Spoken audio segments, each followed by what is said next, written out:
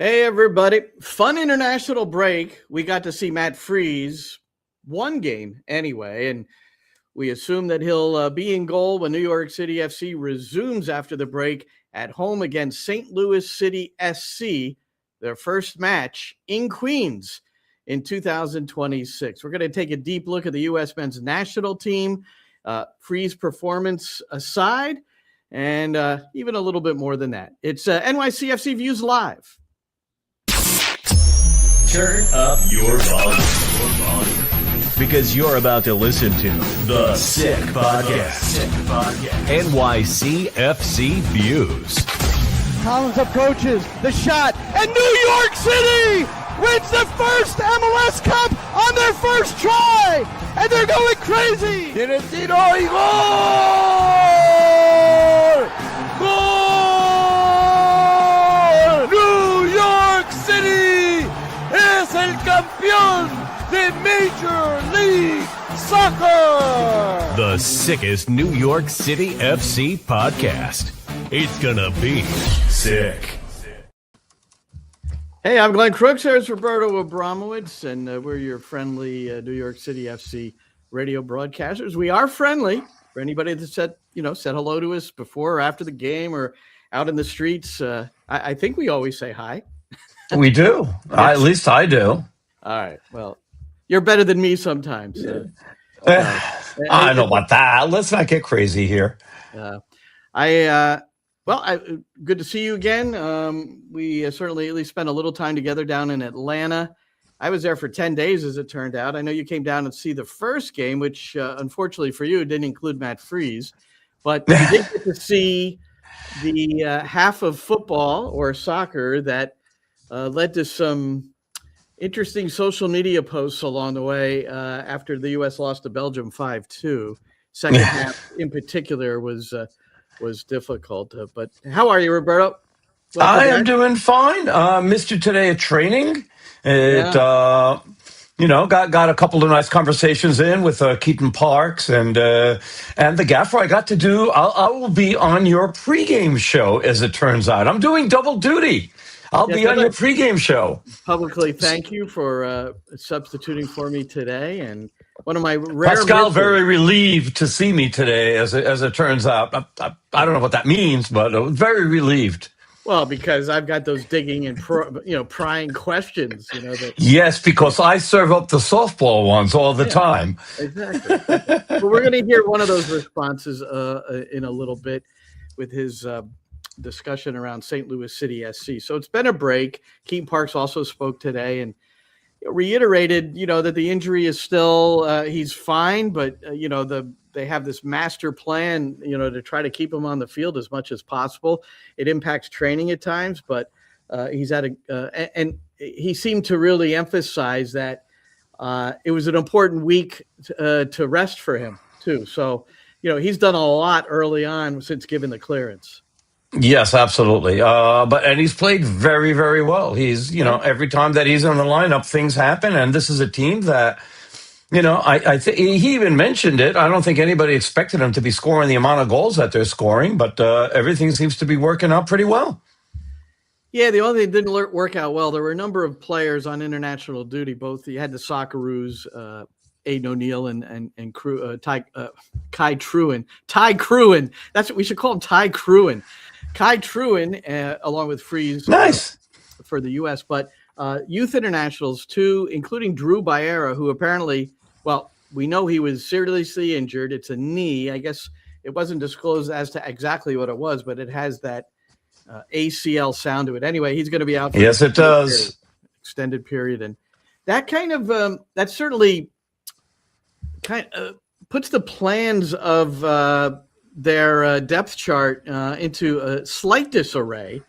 So you learned from Pascal in chatting with him, and I believe he said it on the presser too, that Kai Truin can play right back. And what we're referring to is Davon Gray is number one there, but who comes in behind him? And I think it's a interesting and important question right now, Roberto. It is, and I mean, he gave two names, right? The two names were Kai Truin and Strainia Tanasiewicz. Those are the guys that are gonna fill in for Tavon when Tavon can't play for whatever reason. So if they need to make a sub, whatever it is, if he actually gets injured, something, then it will be him or those guys rather. Sorry.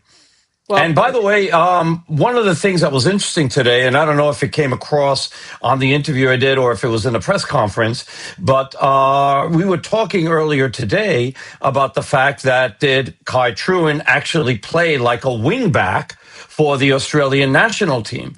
And he did. The FOTMOB positioning that they had was correct. So that leads to show that if that Tavon goes out, then he can actually play there. Well, Truin now beats Justin Hack for most positions. I don't think Hack ever played wingback. Yeah, well, I don't know if he played wingback, but he played all four defensive positions. Yeah, he was not a wingback. And he played midfield. Nobody played, right back, left back. And can he go forward? He always went forward. Didn't play fine. Wingback and fullback are massively different positions in a setup and a shape. Massively? Yeah, massively. So there's like more difference between center forward and left back? Because you're leaving very little, room for there being even a bigger difference. No, a wingback, it's a 3-4-3 shape generally. Yes. And the wingback is an attacking midfielder in essence and will recover and defend, obviously, but will get caught up the field every now and then, i.e. Tim Weah for the U.S. men's national team, although it wasn't necessarily a wingback, but it actually looked like that. And we'll get to the U.S. men in a second here. But, wingback and fullback are two different positions. They should be classified that way. No, I agree with that. I took issue with the massively. I thought it was slight exaggeration on your part. Well, we've seen wingbacks. I'm trying to think of the wingbacks that New York City has utilized that would not be fullbacks. Let's just put it that way. Yeah, they would not play a back four. That's what I'm saying. Wingbacks in many cases will not be part of a back four. Yeah, there were forwards who play wingback, but there are also defenders that play wingbacks. So, but yeah, all right. Well, what of the Nico Fernandes Mercado rumors to Portugal? I guess it was Porto and Sporting CP in this story by someone who turns out to be pretty legitimate in his journalistic style, and I don't have the article or the name of the person in front of me.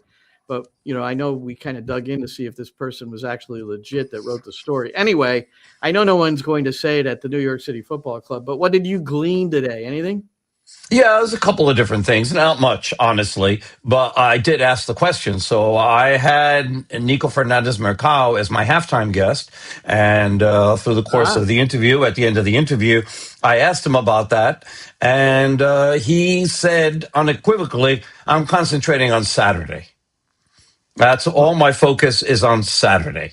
And that's that. And then I didn't address it during the press conference. I think you have it on the pregame show. You talked about it on the pregame show. Right. Right. Christian also asked about it there, but then in the pregame show, I asked him about it, and he basically said, it's the first I've heard of it.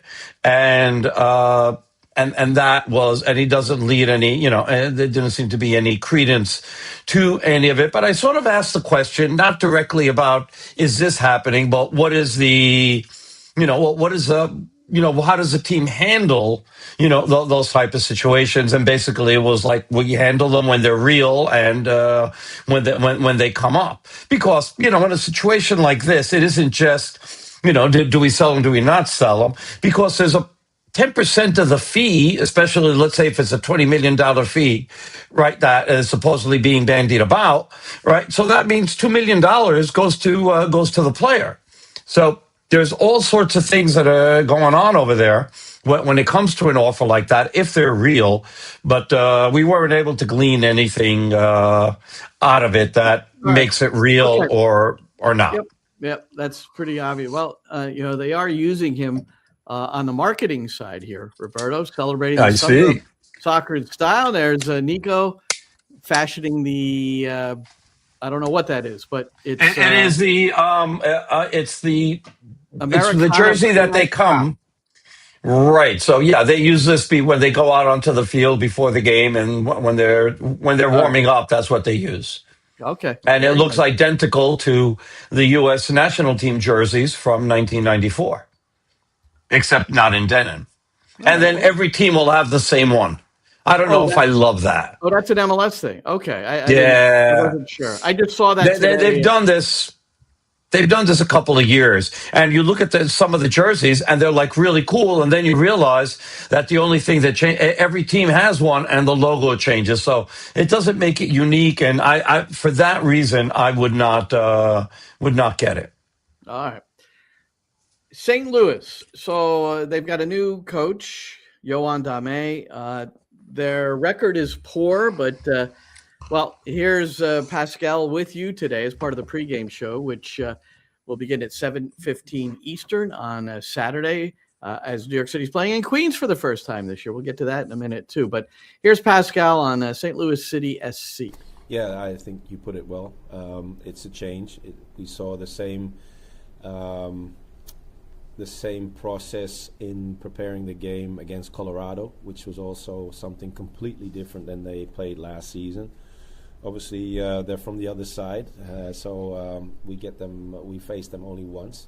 But like I said in the presser already, the games that we've seen so far, very interesting because they played well. Good football, good ideas as well, tough to beat also.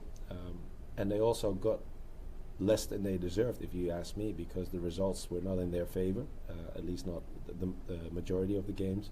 But they deserve more based on what I've seen so far. So it's going to be an interesting game to see this weekend against us, because if you look at the results only, you would expect a team that is not doing quite well, but that is based on the numbers only. And if you watch the games, you can only say that that is different. All right, so there's Pascal Janssen on St. Louis City. Let's see, they've they tied their opener with Charlotte, and then they lost at San Diego, lost at home to Seattle, lost at LAFC, all of them fairly close games. And then their last match, their first win, and his first win, Yohan Dame, 3-1 against New England. Everybody should go back and watch the Hartel goal. That's the third goal, which kind of sealed the game. I don't know if you've seen that one yet, Roberto. But, I have not. Well, I have not. It's a turnover in the midfield, and the Hartel, he intercepts the ball, a ball that was played in the air, and then before it comes down to the ground, he just it was like a chest and a volley, but he volleys it over the keeper from about 50 yards. He just had great vision. Yeah. The keeper was off the line, and then and there it was it was past the 80th minute, but that was ball game. I guess so. That sounds great. Yeah. Hopefully for New York City fans, they don't repeat that. Yeah. So, you're not going to see St. Louis City SC. Well, I was just going to say you're not going to see them every year, but now you are. Well, they haven't announced what this schedule will be. Have they in 2027? Did they describe? Yeah, you're going to play everybody in your division. So you're twice, and then you're going to play once against the West and alternate years with home and away, right? Isn't that the way it is? Wait, hold on. What? Come back again? No, I'm just looking at what the mini tournament is. What are you? I'm not talking about the mini. I'm saying my first thought was, you're not going to see St. Louis every year, but you are under the new schedule. Not the mini, whatever that's called, the short schedule. So what'd you call right, because they're changing because they're going to change the conferences. There's going to be divisions and all of that. Yes. Yeah. But it's not going to. You're not going to play 15 times. You're not going to play against the other 14 teams in what is now the Eastern Conference, because they're going to do it regionally.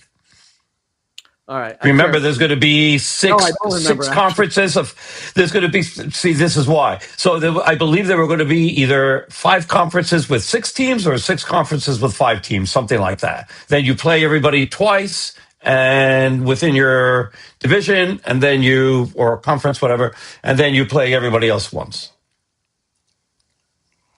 All right. Yeah. Thank you. So we have confirmation. But you're playing everybody in the league, correct? That's the biggest thing here. You're playing everybody in the league, correct? Yeah. 5 conferences, 6 teams each, or 5 divisions, 6 teams each, whichever. Right. Everyone in. Thank you, GM. But that doesn't sound right either. Everyone in your division twice, so that's 10 matches. So the other 24 come from 6 times 4. Okay, I guess that does work out. Yeah, or somebody do the math. No. I believe I agree with you, Quinny. Yes, I know. 5 contras. Yeah, I know. Well, listen. Hey, it's in Nelson Rodriguez we trust, and he's kind of the guy that is helping to spur that. All right. So what did we play? We played Pascal. All right. Before we leave New York City and get onto the U.S. men, I thought this was pretty cool. I don't know who this person is. Martin Palacios L. He saw that the Lionel Messi has a stand at the new Miami Stadium, which is going to unveil on this coming Saturday. The opponent is Austin, I believe. And he believes that Etihad Park should have the Morales District.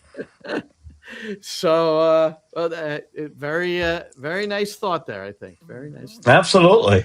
People want statues. They want stands. What else do they want with Maxi? But whatever he wants. Yeah, whatever he wants. Yeah. And that really should be it. And I'm not being facetious or sarcastic on that. It's whatever he wants. He's earned it. He's absolutely earned it. All right, Roberto. Now, before we get to the U.S. men, I almost forgot this. You'll like this one. I don't know if you heard this. So we know that there was a lot of talk, controversy, however you want to deem it. That's right. I asked you guys your opinion on talking to Mark Geiger, the general manager of Pro Referees. So he was on my Sirius XM FC show. I recorded it and then played the full interview. But I'm going to share a clip as he explains basically the difference between Maxime Crépeau coming out of his area, handling the ball, the flag going up, and New York City playing with a man advantage for after the 18-minute mark in that 5-0 win against Orlando, versus Dane St. Clair. Miami's up 3-2 at this point, but it's in the second half. He comes what looks like out of the area. His feet are definitely out of the area, handles the ball, and the flag stays down. All right? And if you look closely at the screenshot, which will be in this interview clip, you'll see that the assistant referee is somewhere 8 to 10 yards behind the play. So no way the flag was going to go up. It just wasn't going to happen for a handball because that person was not along the top of the 18-yard line. But yeah, let's let Mark Geiger talk about some of this. See what he says here. No, you're exactly right. So the line is part of the area it demarks.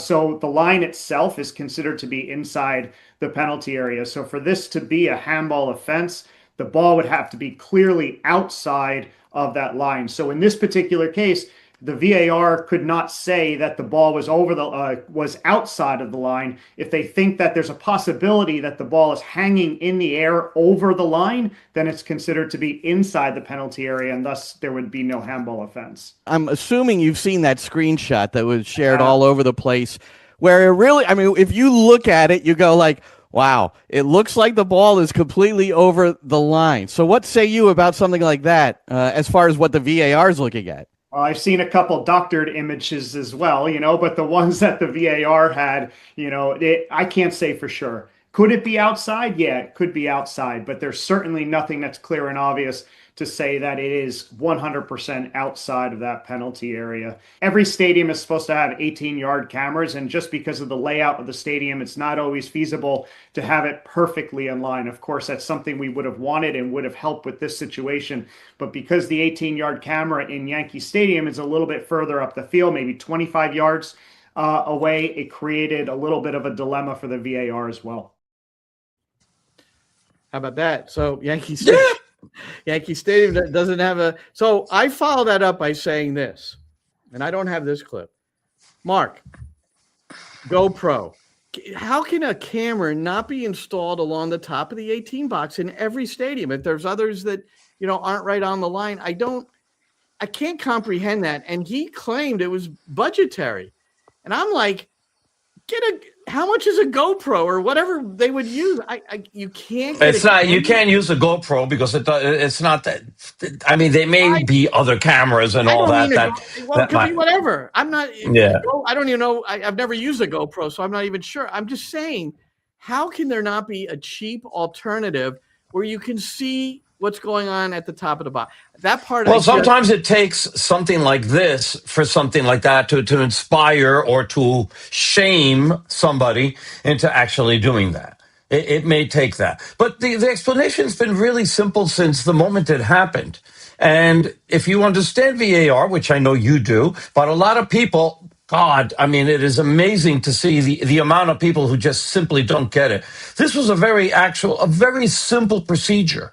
Okay, on how this works. And it worked perfectly. Maybe it didn't work to New York's advantage, but it worked the way it was supposed to work. The referee who was on the field said, based on what the linesman was telling him, because as far as I know, he was on the line when the play happened, because I looked down on him, okay? I looked down at the linesman as the play happened, and he happened to be there. And he made the play that it was good. The referee has to base it on the linesman. The linesman... Let me finish. But the linesman was 10 yards from the line. He wasn't 10 yards away. At least the way I saw it, he was not 10 yards. Well, we'll have to look at video. We can't share the video here because it's against. I'm going to share the screenshot. You keep talking. I'm going to find it. Yeah, okay. All right. You find that. But when the linesman got there, whenever it was, but I thought he was there on the line when it happened. Okay. He looks and makes the play that it was in the box. Now, at that point, he makes that call. The referee isn't in a position to see it. He's got to go by what the linesman tells him. So now, the call on the field is very simple. The ball is in the box. It is not outside the box. Okay, so that's the call. Now, VAR intervenes. And for those of people who said, oh, VAR never checked it, VAR checked it. 100% checked it. We got the notice. We're on the Slack. Bot or whatever it is, chat room, and they said it's being checked. All right. And then they said check complete, which means there's no change. And so VAR absolutely 100% looked at it. And what VAR's mandate is, and people learn this, it has to be a clear and obvious error to be able to send the referee to the monitor or to change what the referee has said, depending on how they want to operate VAR. In MLS's case, they could tell the referee, by the way, you're wrong. He was definitely outside the box. And then he can go look at it, and they can look at it and make a decision. Or he could say, come look at it. And then they can both show him that it was out. And then he can say he was out of the box, and it's a red card, and you're gone, and it's a free kick. But in this case... Okay, I see the linesman, what you're saying. Okay, by the time he got there, and this is so quick, he was there. By the time I looked down at the linesman, he was there. But thank you for the image. I appreciate it. So the point being, if it's not clear and obvious, then the referee doesn't have to change what it is, what they've called on the field. If it's clear and obvious, then they've got to make the change. And it wasn't, and it didn't meet the requirement, and therefore it's a non-play. All right. That's it. Okay. Yeah, that is it. I thought you were. No, but so many people were saying, Glenn, including a lot of the reporters and a lot of the bloggers, VAR never checked it. Think about why, Roberto. It happened with probably 15 seconds after the non-call. The referee. Agreed. VAR never takes. Whether they're investigating it and getting in the referee's ear, that is in my experience with VAR checks, as far as something that really needed to be checked, that it happened so fast. And I think that's what you were right. You had your Slack. We knew that it was checked, but I can understand why people think it wasn't checked. Here's the problem that we have with VAR. And if I see Mike Geiger, I'd love to speak to him about it. If we see anybody else or you speak to... I'm sorry, Mark Geiger. I apologize. Sorry, Mark. Look, they make mistakes. I can make a mistake. Mine are less costly. Is that They have to be more transparent with the people in the stadium.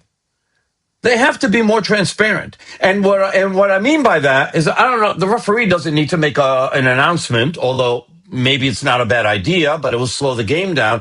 But at least from the PA, they have to make an announcement saying the play has been checked by VAR and the check is complete, play continues. Something like that. They've got to tell the people in the stadium.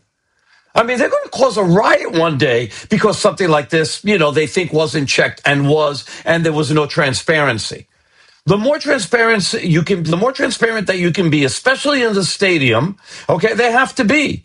And if and they've got to be more transparent with the people in the press box. They got to tell they got to tell everybody in the press box, this was checked. Just like we get on the Slack. Maybe they can't be a Slack for everybody, but, the people that in the PR or whatever, make an announcement in the press box, this was checked by VAR and the check was complete.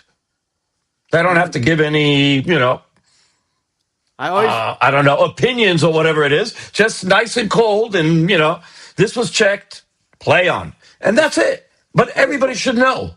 Right. And we don't have these arguments and we don't have these interviews afterwards where they're telling players, why wasn't this checked by VAR? And the player's like, I don't know why it wasn't checked by VAR. It should have. And they're saying stuff like that when it was.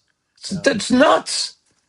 Well, the Slack thing is key. And I've always thought of you as a slacker, Roberto. So I can see that. So I didn't have this available to show Mark Geiger, but there's how sometimes coaches and players get a little agitated with the referee's call.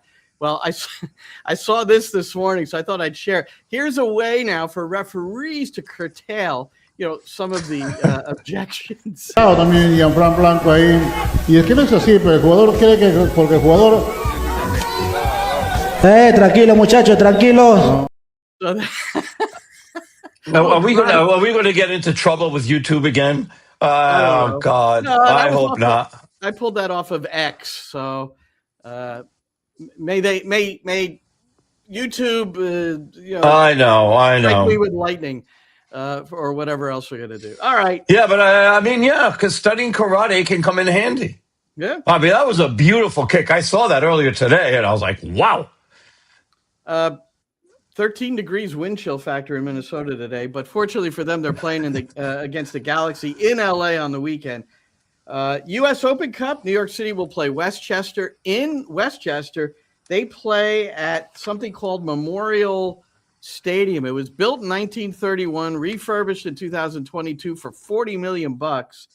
And Jonathan Jimenez is one of their key players, Roberto. Remember him? Yes, absolutely. Number 77 for your New York City FC2. And he was a really important factor during that U.S. Open Cup run. They upset Hartford, where he had played last year in the championship. And then Colorado Switchbacks beat them and then got to the round of 16. But here's the issue now, okay? So New York City plays in Vancouver on Saturday night, April 11th. Knowing how they act, they will stay over in Vancouver after the game and then leave on Sunday.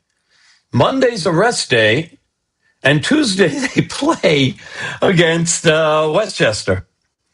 Well, there's no doubt it's going to be a rotated team, and Well, maybe they'll rotate it like Portugal did the other night against the US men, a completely new 11. How about that? By the end of the half, they had a completely new 11. Oh man, and they still were pretty good. Yeah, well, they're a good team. They're a good team. Exceptional. Well, let's get to this U.S. national team stuff because it's so. First, let's go to Belgium. That match, and I was there the whole time. I got a chance to talk to a lot of people, and it's very interesting to be there and just observe things over the course of a week. Pochettino press conference. When you're in the room, Roberto, it's more impactful because this guy, he's got, as I've written on social media, the Argentinian blood, the emotion. I just want to show you a couple of things. And this is just to give you an idea. There was a press conference after the Belgium game. So you lose 5-2. And second half, they admitted after the game, that word intensity came up, and oh my goodness, the people that responded to that word and the lack thereof in the second half. So Tim Ream came in, and so I'm in the room, and I typed this and sent it almost right after he said it. So here's how the post went. Intensity being addressed with the U.S. men after Belgium loss. His quote in this presser: "It's a decision. It's non-negotiable. It's something we did well in the fall, and something we have to get back to." And that's my photo of Ream before he answered the question about intensity. So that's that. Taylor Twellman and if you'll notice, Roberto, that 162,000 impressions on that. I mean, I don't think I've ever put anything out that I know some people do, and they get all kinds of stuff like that. But that was a lot for me. Yeah, it was. Taylor Twellman and Carly Lloyd were among those that replied with a message, and pretty much the same theme. Why are we talking about intensity and aggressiveness now? And then Pochettino followed the players, okay? And then I put out this. The word intensity came up in Pochettino's presser, and I played a 4-minute clip. So I broke it down and edited it and put it, and this was as of this morning, 101,000 views. And the reaction was very interesting because he said, I need to translate it to the players. But I don't know if you listened to that 4-minute clip, Roberto, or heard it at another time, but it was really interesting because it was so much about Pochettino and his Argentinian heritage, and how we don't have to be told to play hard and to train hard and to not take our foot off the accelerator except when the coach tells us. And he referred to the Colombia-France friendly. As he put it, this was no friendly. Colombia played like it was a World Cup final. France is the best team in the world right now, and if somebody, you can argue it, but I don't know who's going to argue it. No, I'm not arguing it. I have them as my team to win the World Cup again. So they beat Colombia 3-1. Pochettino's point was, Colombia coach, he can't be upset. You're not happy with the result, maybe, but because of what they put into it. And then he said, so here's Pochettino. After we watched that match, he turned on a second division Argentina match. And he said, you watch that. And and he, like I said, being in the room and hearing him describe this. And I would encourage anybody all my social media, it's out there. It's a 4-minute clip with Pochettino. And he really digs in to what many feel is the biggest issue with this team. Who's one of the best coaches in America, or at least known, especially in his field, right? And this is women's basketball. Gino Auriemma. Okay, there's a famous clip of Gino Auriemma talking to his team, and the first thing that he says is that there's a lot of things we coach. I don't coach effort. I don't coach effort. That is a given. It is a freaking given. We don't coach effort here. If you don't bring that on your own, you're not going to be here. You're gone. And the fact that this is being brought up at the U.S. national team level is freaking alarming, and that's not on the coach. That's on every individual player. And if they can't bring themselves, to be fighting for their lives because they don't know if they're going to be on the team or not, then maybe what's going to wind up happening, is that there's going to be a lot of surprises on this team. Now, now you and I have both put together teams and what we think our starting 11 is, and we're going to share that in a bit. But based on what you're telling me, and then later I saw your team, which I thought was interesting, and I was like, I like your team better than mine. Just on the side, did you send me I don't have them to post and show. Of course I said. I sent it to you via Messenger. Messenger. Go check your Messenger. What message? You mean text? Text, yeah. All right. I keep going. Okay, so and if not, I'll try to resend them to you. But they should be there. Well, the 26 for 26 I see, but I don't see the starters, do I? Oh, the starter I sent those first. The starters were done first for both you have of us. Mine and yours? Mm-hmm. All right. Yours is a Keep going. 3-4-3, and Yeah. so Keep going. Because okay. I'll So get these in. Okay. okay, well, you go and set those things up. But the point that drives me crazy is that if there are players there that Poch feels that really didn't bring the intensity, that may cost them going to the World Cup. And I think that then what winds up happening, it gives players such as Diego Luna and maybe Alejandro Sendejas, who I'd love to see on the team, okay? But based on what he's done, I'm not too sure.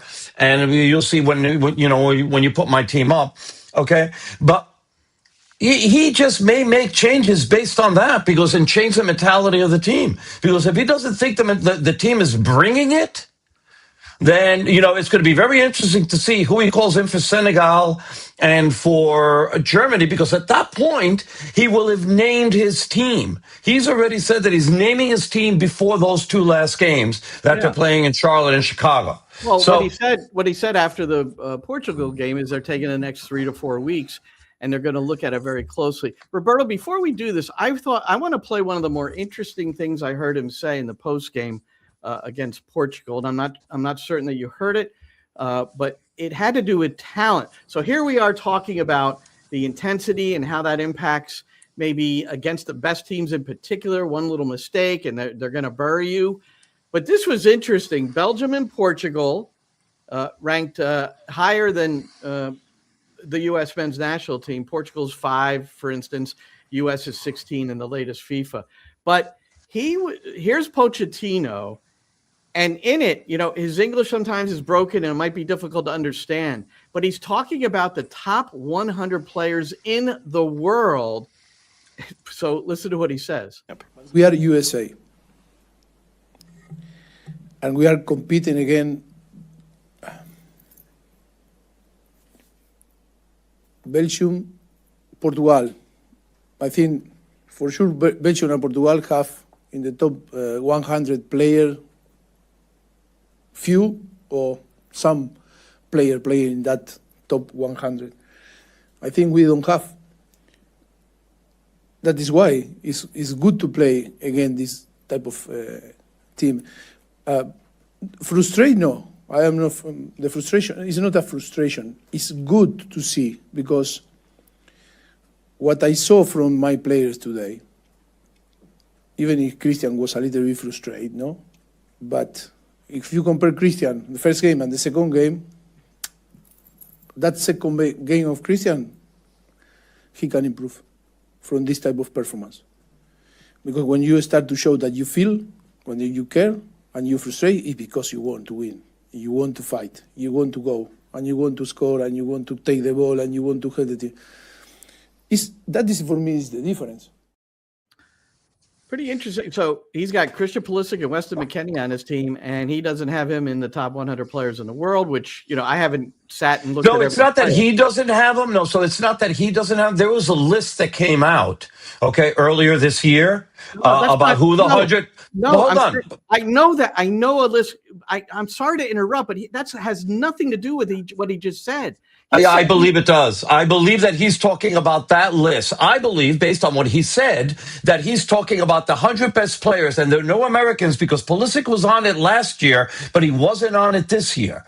And so the U.S. has no players within the top 100. I really believe, Glenn, that that's what he's referring to. It's not his 100 players, but on that list of 100 players. I seriously believe that. I'm going to play it again, and then I'll stop it right after that, okay? We are USA. And we are competing again. Belgium, Portugal. I think for sure Belgium and Portugal have in the top 100 player few or some player playing in that top 100. I think we don't have. That is why it's good to play again this type of. So I don't know. To me, that's what I strongly believe that's exactly what he's referring to. And he's saying, I don't know, because Christian was on it last year, but he wasn't on it this year. No, he says I don't. Okay, well, we can agree to disagree there, but also he's basically saying these teams are more talented than us. Yeah. So, and it may go back to why you can't, there is, as some people will say, no margin for error. Sometimes margin for error is. But here was the equalizer, Glenn. Historically, the U.S. had two things that made them more competitive, and they always punched above their weight. And the two things that they had was competitiveness and goalies that stole games. They always had those two things. And that's what made them punch above their weight, to be better than they should have been. Because you either had Tony Meola, or you had Brad Friedel, or you had Casey Keller, you had Tim Howard, who were making ridiculous saves and were stealing games for you. Okay?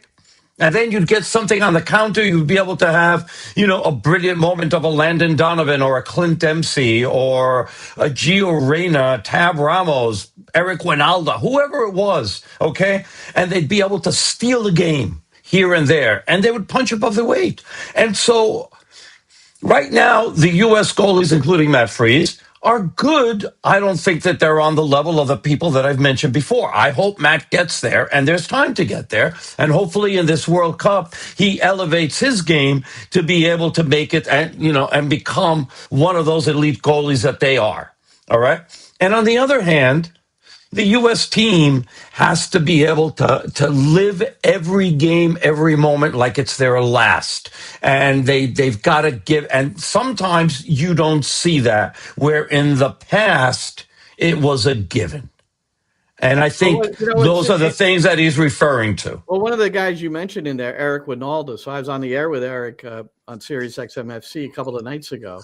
And I brought up Malik Tillman, who is on both our lists, but I brought up Malik Tillman and his lack of effort to try to block a shot, which ended up making the game 2-1 in favor of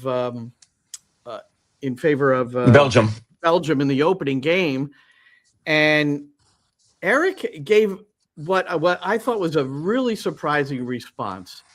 He goes, sometimes guys are going to not do something that might ultimately hurt them for future play. So why do that? And I said, boy, you can't play for Mauricio Pochettino and do that. I don't know how much. It obviously didn't harm him to the effect that he got to start the next game. So I hope it was discussed. I would imagine it's discussed, because I thought it was borderline disgusting, that the lack of effort that he to lay out and to block the shot. And Pulisic in one of the goals, I don't know if it was the first one. I think it might have been the first one, or where he was sort of tracking back and he stops. He just stops, and the space that he would have occupied if he had continued tracking back into the box was exactly where the shot was taken from, and he could have stopped it. Yeah. Yep. So I mean, there's a lot of things, and I don't know if he's really going to shake things up after what we saw, but I mean, there are a lot of players out there who could play at this level and bring a lot more heart, I guess, if you want to say it that way. All right, let's see our 26. I'm not sure if this is yours or mine. Well, let me see. It says Roberto's, so I guess it's mine. Yeah, so you've got Reyna in, which is we wonder. You got Luna in. I'm looking at the midfield a little bit, or the attacking mids, wing backs, as you put it, or wings. Yeah, wingers, I should say. Center mid, you've got Berhalter and Roldan and Tessman. Interesting. Goalkeepers. I'll share this, that we have the same three keepers. I think we might be different in every other area. Center backs: Richards, Trusty, McKenzie, Ream, Robinson. That's a good side. Miles Robinson, that is, and the fullback, wingback, Robinson. That's Anthony Robinson, Dest, and Freeman. I think they're all pretty good. Call him Jedi. No, I'm not doing that. And strikers: he likes it. Ajamon, Pepe, and Haji Wright. Okay, good. That's good. So is there anybody on there that you had to waffle? You were like, I don't know. And is this who you think should be on the 26, or you think that Pochettino will put on? No, I think this is what Pochettino is going to bring. If it was me, I like yours, to be honest. If it's me, I like yours. Oh, wait a minute. Okay. All right, well, here's mine. All right, here's mine, and then we can talk more. And we got our starters too. You like mine because I included Alejandro Zendejas. Hell Now, yeah. the reason, and he's been injured recently. Now he's back. But the reason I'm playing off the comments, let me see if I can find the exact quote. Hold on. He basically said, we're going to be watching every game of every player for the next month or so, and that's how they're gonna like break if there's a tie, or if they're really trying to. So I'm banking on Zendejas playing like he did before he was injured, and the fact that the U.S. can't score goals, it seems they're having difficulty there. I mean, Christian Pulisic, I think he had a tough 2 games when it came to finishing. He had a horrible 2 games when it came to finishing. And he probably he had to have 2 goals, probably, maybe even 3. But anyway, absolutely, especially, and then back to goal as the false 9. That didn't go particularly well either. And then what else on my list here? I have Scally. Because of his versatility. I do not have Mark McKenzie. I do have Trusty, and I would have, if he were healthy, I probably would have put, where are the center? I can't find it. Oh, there's Trusty Ream. We both had Ream, and I think he's on there. I would imagine we both put him on there because he's the captain. He's the, he's a lock. Yeah. He's not the best defender. He's not the best central defender. As a matter of fact, he's in that list, he's 3rd or 4th as far as central defenders for me. But I'd start Richards and Trusty for sure. I actually have McKenzie rated above both Ream and Robinson, but I struggle. We'll see what happens. I struggled with Miles Robinson because of how he's played recently for Atlanta United.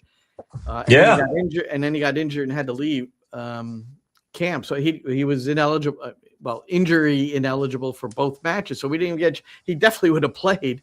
And what do you think, before we expose our starting 11s and then get out of here, what did you think of Pochettino starting the way he did against Portugal with Ricardo Pepi and Patrick Agyemang, 2 strikers, on the bench at the start? So I'm hoping he had a conversation with Pepe saying, your place is assured or close to assured. Don't worry about this. And the reason I'm starting Pulisic at this position is because I want him closer to goal. I want him to score. I need him to mentally be better and to start now. And I can't wait to see what they're going to do in AC Milan, because they may bench him in AC Milan and then he's coming off the bench. So I need to get him started, right? I've got to jumpstart him. So to me, that's my biggest priority right now, because he's going to be my key in the World Cup. That's the way I looked at it. That's the reason why he played them at the number 9. He wanted him closer to goal. He wanted him to be, to as close as he could to scoring a goal. That's why I think he played, why he did that. The thing that surprised me was bringing Balogun in again. I guess he just wanted to get a result, but at that point, I would have, instead of bringing Balogun in again, or at some point I would have played Pepe again. But it's hard to say. It really is hard to say. Agyemang got a chance. He obviously got a goal. He got a goal in the first game thanks to Pepe, because Pepe did, made a great play, stole the ball, and fed Agyemang. Here's your list. I don't think they're bringing 4 strikers. So is it going to be between Wright and Agyemang? Is Pepe a lock and was told that, or did he not play because he didn't train well enough to earn that? Who knows? Yeah, we don't know. I just have the 3 strikers, and that's where. And if they could sacrifice Haji Wright for Sendejas, I think you're good enough for 3 strikers, because then again, you can still play Pulisic at that position if you really need to. But I mean, how many strikers do you need? I don't think 4 strikers are going. So somebody's going to lose out there. And it's hard to say which one. And I'm hoping it's not Pepe. Nothing against Haji Wright. Nothing against Haji Wright. But I hope it's not Pepe, because he's playing in a better. I think PSV in Holland is a better league than the Championship. Well, it depends on what you. Although we know that in Holland it's easier to score goals than a lot of the top leagues in Europe, but still, I think it's better than a championship. Championship's a different animal, man. It's because the top part of the championship is very, very good, and the bottom part of the championship is not good at all. It's a big difference between the haves and the have-nots. All right, so it's June 12th. That's the opener for the U.S. men against Paraguay. So yeah, but we still have 2 more games. I know, but we still have 2 more. Yeah. We're going with the starting. Whose starting 11 is this? Oh, this is yours, right? Okay. God, we can't see anything. This is really small. All right, so I'll go over it. Okay, I got it. I did full screen, so now I can see it. All right, so I got Freeze in goal, 4 in the back with Dest, Richards, Trusty, and Jedi Robinson. I've got Tyler Adams at the 6. I got McKennie really at the 8. Not double sixes, but it's sort of hard to put here. I've got Reyna at the 10 because I think you got to have your most creative players on the field, and I think Reyna is more creative than Tillman. You can always bring Tillman off the bench. Pulisic on the left, where on the right, where he has no defensive responsibilities or very few. You got Dest over there, and then you have Balogun up front. That's who I think should start for the U.S. national team. Glenn's is way different. Well, I'm going 3-4-3. I've got Scally starting at right central. And again, this is going to be based. He had 2 substantially outstanding matches coming into this camp.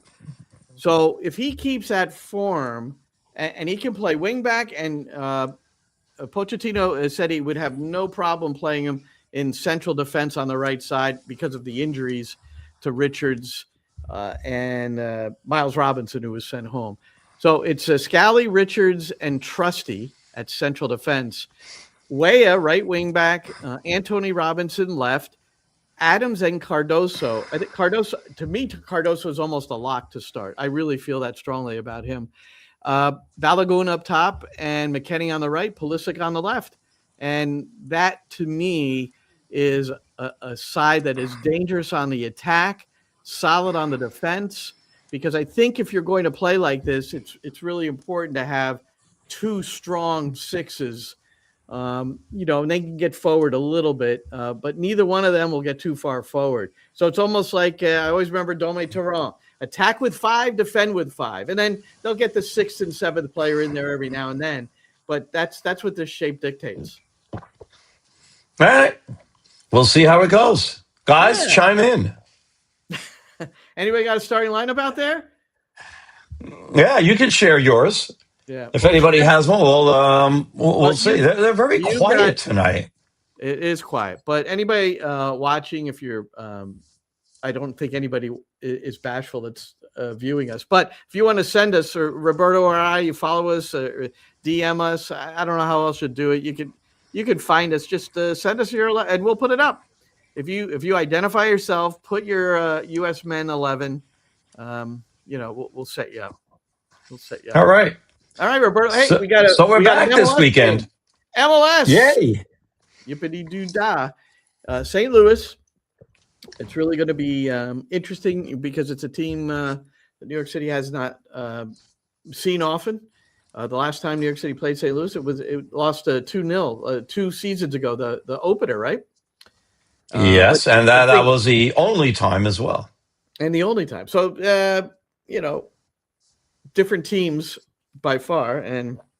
But one thing that's same is that Roberto and I, Roberto on the Spanish, myself on the English, the New York City FC Radio Network, NYCFC app, TuneIn app, 7:15 for the pregame show. I've got Pascal Janssen. Roberto's got Nico Fernandez-Mercado, 2 must-listen-to interviews. And then Matt. Except they're both going to be going on at the same time, and I'm doing both of them. That's don't you love technology? I'm competing against myself, Glenn. Yeah, well, we'll figure that one out. Maybe we can. There's got to be a meme out there. Or is it a meme or a meme? It's a meme. Excuse me. Salud. Thank you. All right, and Maddie and I will be on at 6:30 with our NYCFC pregame live from. Don't miss it. Field. Queens, New York. Also, remember, for everybody who wants to so a couple of things. They've rearranged parking in Citi Field because they're starting to construct parking buildings so they can do that whole area that Steve Cohen wants to do. So parking is in different areas. They've called it differently. So you guys have to get there early for that. Also, parking has gone to $50. Ouch. Ugh. Ouch. Take the train. Hopefully the train's running. So take the train. Well, and get there early. There's going to be all sorts of activities outside the stadium, as there normally are. I can't say always, but normally are at Citi Field. And for those of you planning to be part of the media someday and you think that everything is free, I paid $54 to park at Mercedes-Benz Stadium covering the U.S. men's national team. Which is incredible. I've never seen anything like that, to be honest. That is absolutely nuts. And Take Marta next time. This is Mike Wotaya put this up today. I thought I'd share because this gives you an idea that at the end of games for the U.S. men and in other venues too, this is called a mixed zone, and everybody and that's Matt Freese, who is obviously a popular figure after this Portugal match. And I got Matt a little bit on my own, so I'll play some of that. I didn't have it ready for tonight, but I'll be playing that on social media and on our pregame show coming up on Saturday. So there is Matty in the media scrum or mixed zone after the game. All right. All right. Roberto, he played well. He did. I think he's in good shape. For Roberto, I'm Glenn, and thanks so much for joining us on NYCFC Views Live.